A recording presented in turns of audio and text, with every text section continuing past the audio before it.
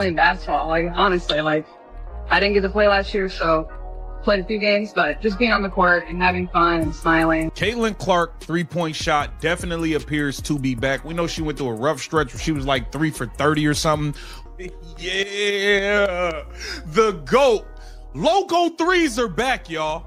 Logo threes are back. When Caitlin Clark walked back into the Team USA gym, it wasn't dramatic at first. No cameras rushing in, no speeches, just the sound of sneakers on hardwood and a ball bouncing softly as she began warming up. But something felt different immediately. Conversations lowered, heads turned, there was a subtle shift in energy, like the air itself had tightened. She had been gone longer than anyone wanted to admit. Injuries stacked on top of each other, one cruel interruption after another, turning what should have been a dominant follow-up season into months of watching from the sideline. A groin issue slowed her down, then the quad, then the ankle bruise that finally shut the door. 13 games. That was all she had after rewriting the record books as a rookie. Plenty of time for doubt to grow. People whispered that the magic might be gone.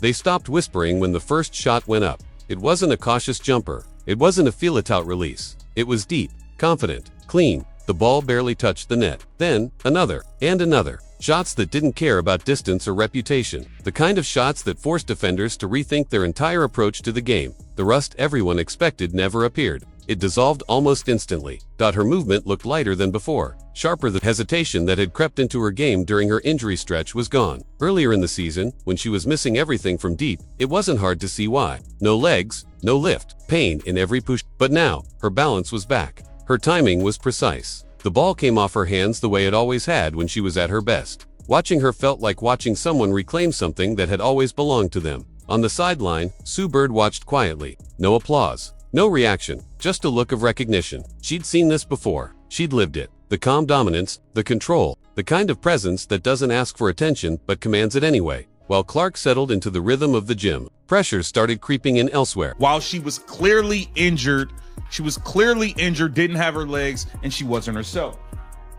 I think Coach Kara is, obviously she knows just as good as anybody else what USA basketball is all about, winning a gold medal.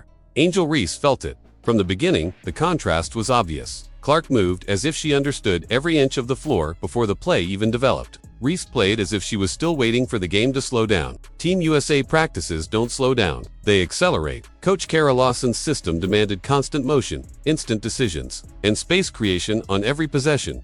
Clark thrived in it.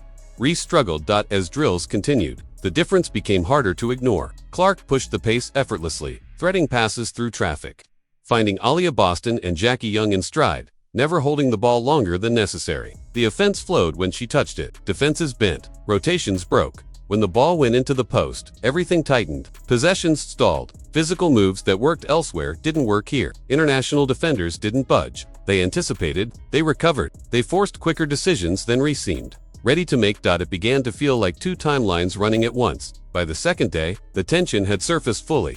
During full-court scrimmages, Clark took over without saying a word. So it appears that Caitlin Clark is truly back healthy. The three-point shot is back. The logo threes are back. And and then additionally, she's been a part of a lot of different Olympic teams, whether it's 3-on-3 stuff, whether it's obviously. She ran fast breaks like she was born into them, pulling defenders out of position, creating space that didn't seem possible, then punishing the smallest mistakes with shots that silenced the gym for half a second before it erupted again. Reese's frustration became impossible to miss. When the ball didn't come her way, her shoulders dropped. Missed attempts were followed by stares toward the bench. Body language replaced effort. Veterans noticed. Coaches noticed. Teammates felt it. Then came the shot. Clark pulled up from well beyond the arc, the kind of distance that makes defenders hesitate and crowds inhale. The ball dropped cleanly through the net. The gym exploded. Teammates reacted instantly. Everyone did except Reese. She turned away from the court, walked straight to the bench, grabbed her gear, and let the frustration spill out. Complaints followed. About the offense, about respect, about not being featured, about past accomplishments. At Team USA camp, while one player was lighting up the scoreboard, Coach Lawson tried to steady the moment, to bring the conversation back to roles, to team concepts, to what it meant to wear the jersey. But Reese wasn't listening anymore. When it became clear that her role would be defense and rebounding, not starring touches, something snapped. She walked out, not to cool off, not to regroup. She left the camp entirely. The gym went quiet in a different way this time. Sue Bird looked stunned. So did others who had spent their entire careers sacrificing ego for the national program. No one chased her. No one argued. The coaches simply turned back to the floor and kept going. And that's when the real picture emerged. Clark and Aaliyah Boston moved together like they'd been teammates for years. Pick and rolls unfolded perfectly. Cuts were timed before defenders could react. Boston seemed to know where Clark would be before the ball even left her hands. It was instinctive, natural, unselfish. When Boston scored, Clark celebrated. When Clark hit another deep three, Boston was already boxing out. No one cared who got credit. The scoreboard did the talking.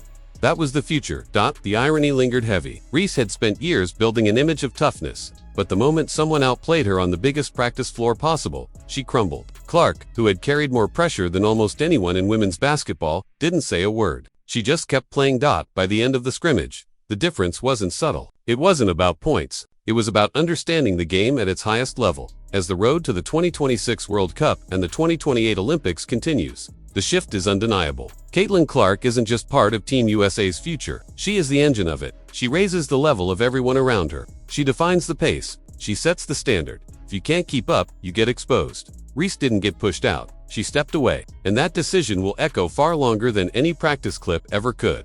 Clark stayed, finished every drill, took every rep, proved once again that greatness isn't about the cameras or the noise. It's about the work no one sees. This wasn't chaos. It was clarity. And the scariest part for the rest of the world is that Caitlin Clark isn't just back. She's better than she's ever been. What do you think about Angel Reese walking out of Team USA camp? Was it a power move or a massive mistake? And has Caitlin Clark officially separated herself from everyone else? Drop your thoughts in the comments, hit that like button, and subscribe for more stories from the game.